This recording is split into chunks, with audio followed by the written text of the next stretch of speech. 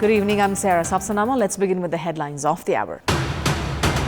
The government and victims of loan sharks set to hold a dialogue after the Ministry of Home Affairs corresponded with the Victims' Struggle Committee. By-elections to be held on 27th of April for one vacant post in Lower House and one of Sudur Pashchim Provincial Assembly. A truce deal between Israel-Hamas in the horizon, as an Israeli official says. Talks held in Paris were productive. The war has been ongoing for 142 days now. And Nepal suffered an 8-wicket defeat against the Netherlands at the ICC World Cricket League 2 series. The defeat a first for Nepal against the Netherlands at home.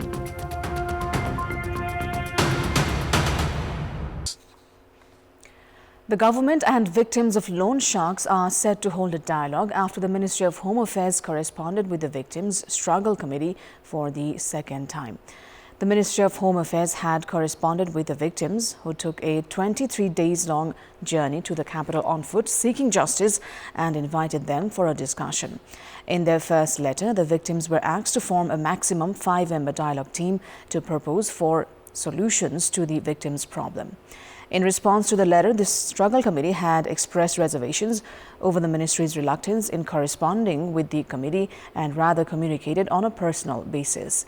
The committee's spokesperson Nirga Nabin had said the victims would sit for a dialogue after the ministry sends an official letter addressed to the Struggle Committee. In the first letter sent by the ministry, the responsibility of amending relevant laws, formation of a commission, reconciliation between the victims and the loan sharks, and collection of complaints in case of failure of implementation of laws would be assigned to the Nepal police. The ministry then sent a letter to the Struggle Committee, after which a dialogue is set to take place. The victims of loan sharks have been staging a protest in the capital since 23 days. Commission for the Investigation of Abuse of Authority CIA has filed cases at the Special Court against 187 individuals alleged of irregularities related to public land in Damak, Jhapa. More updates to follow on this.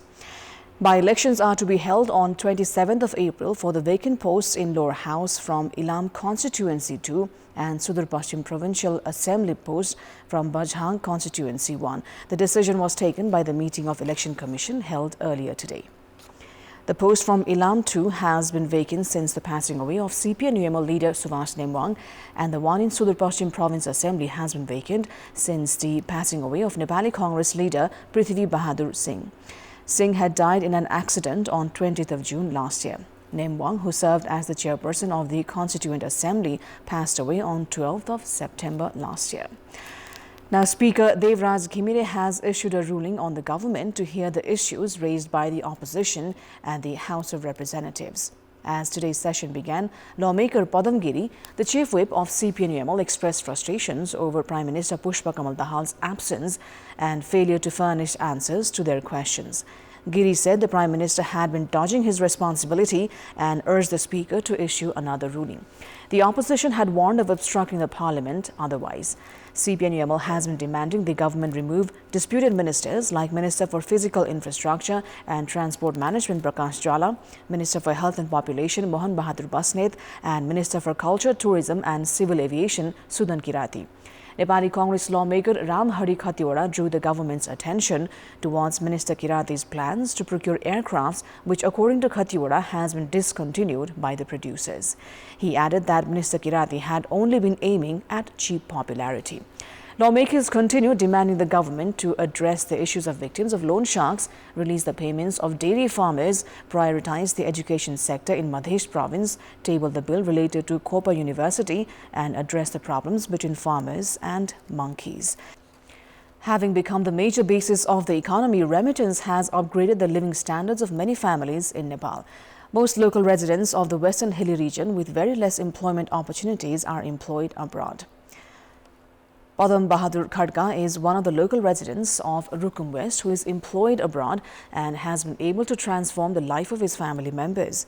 Khadka's house is located at Rukum West, Ward number 10, Jhang. The 43-year-old's parents and spouse live in the house. He has been employed in Saudi Arabia for the past 14 years.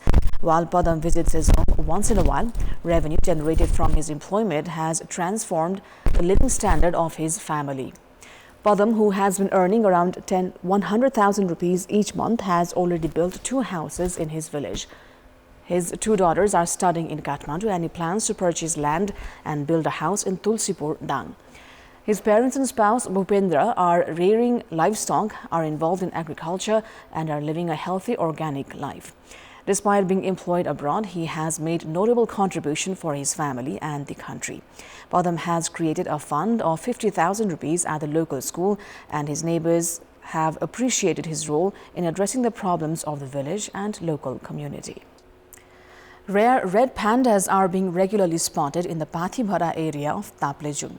An official of Pathibhara Area Development Committee, Rajendra Mahat, has recorded video of red pandas for the second time. Prior to this, Mahat had recorded videos and photographs of 4 red pandas last year. He took the photographs of red panda yesterday evening as well. It is time now for our segment Public Pulse, where you text us with your opinion. The question is, why has the government, which aims of bringing in 2 million tourists into the country, not taken interest in tourism promotion?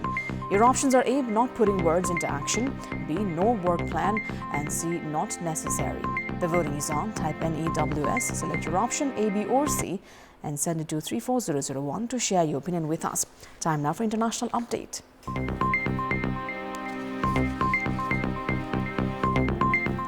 An Israeli official has said that the talks held in Paris over a truce in the Israel-Hamas conflict were productive and a deal could be reached to halt the fight. If the deal is reached, 40 Israeli hostages and hundreds of Palestinian hostages will be released with a 6-week truce between the two sides. During the truce, the Israeli forces would redeploy in the Gaza Strip. Another Israeli official said that Israel's war cabinet decided on Saturday that a delegation will depart next week to the Qatari capital Doha to continue the talks over a Gaza truce deal, as it is mandated to discuss the details of humanitarian issues in the deal. The latest round of truce negotiation for the Gaza Strip was held on Friday in Paris. Representatives from Qatar, Egypt and the US negotiated with the Israeli delegation, but Hamas did not participate in the negotiations. The Palestine Red Crescent Society transferred 2 men wounded in Al-Mawasi, Gaza, to the Al-Aqsa Martyrs Hospital in Deir al-Bala. Israeli troops and Palestinian gunmen have clashed throughout the Gaza Strip over the weekend, both sides said today. At least 86 Palestinians were killed in Israeli strikes in the past 24 hours. Israel's military said 2 soldiers died in fighting in southern Gaza and that its forces had killed or captured several Palestinian gunmen in Zaytun and elsewhere. Al-Mawasi is a Palestinian Bedouin town on the southern coast of Gaza.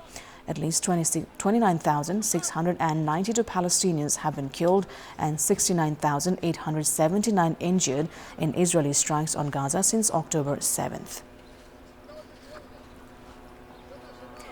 Yemenis say airstrikes will not stop them from supporting Palestinians in Gaza after US and British forces carried out strikes against more than a dozen Houthi targets in Yemen. This is the latest round of military action against the Iran-linked group that continues to attack shipping in the region. The US has carried out near-daily strikes against the Houthis, who control most populous parts of Yemen, and have said their attacks on shipping are in solidarity with Palestinians as Israel strikes Gaza. The strikes have so far failed to halt the Houthis' attacks, which have upset global trade and raised shipping rates. A joint statement from countries that either took part in the strikes or provided support said the military action was against 18 Houthi targets across 8 locations in Yemen, including underground weapons and missile storage facilities, air defense systems, radars, and a helicopter.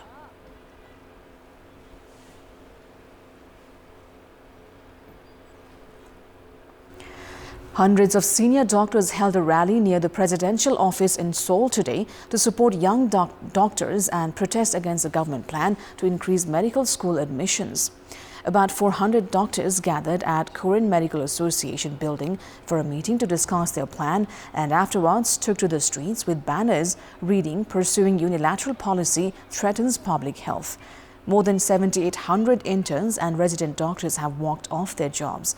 That is just a fraction of the country's 100,000 doctors, but they have a key role in daily operations at teaching hospitals, where they can make up more than 40% of the staff, as cost savings make them attractive for larger hospitals.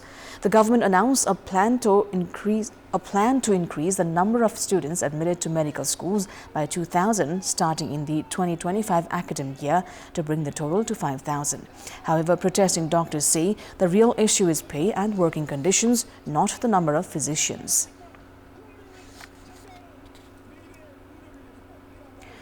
Elsewhere in England, junior doctors went on strike yesterday for the 10th time since last March over continued pay disputes with the government.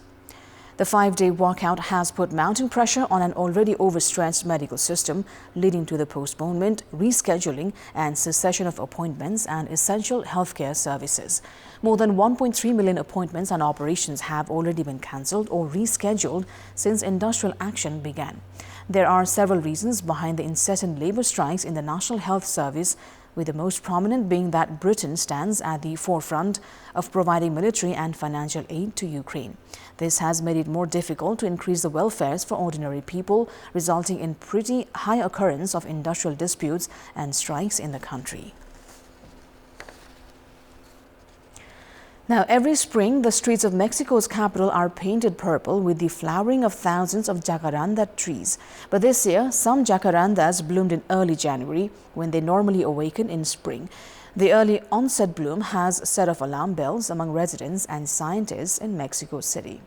Although not native to Mexico, jacarandas fulfill an important function for the city. They attract more hummingbirds and bees than many native trees, so a change in flowering could lead to a decrease in these populations. Local scientists investigating the scenario point to climate change as the first reason. They add rising temperatures caused winter in the Mexican capital to end early this year in mid-January instead of late March, when it is supposed to end. A spectacular dragon-shaped tidal wave on Qintang River was captured by a photographer in East China's Zhejiang province at the beginning of the Year of Dragon. Liu Mingyong, a tide watcher and a shutterbug, captured the amazing scenery after 7 days of waiting and observation. The scenery, usually in shape of trees which have a backbone and branches, is created by daily erosion caused by ebb tides. The dragon-shaped tide photographed by Liu is located in an area where the tidal channel reaches a depth of 1 to 2 meters. That is all for the moment. Thank you for watching. Bye for now.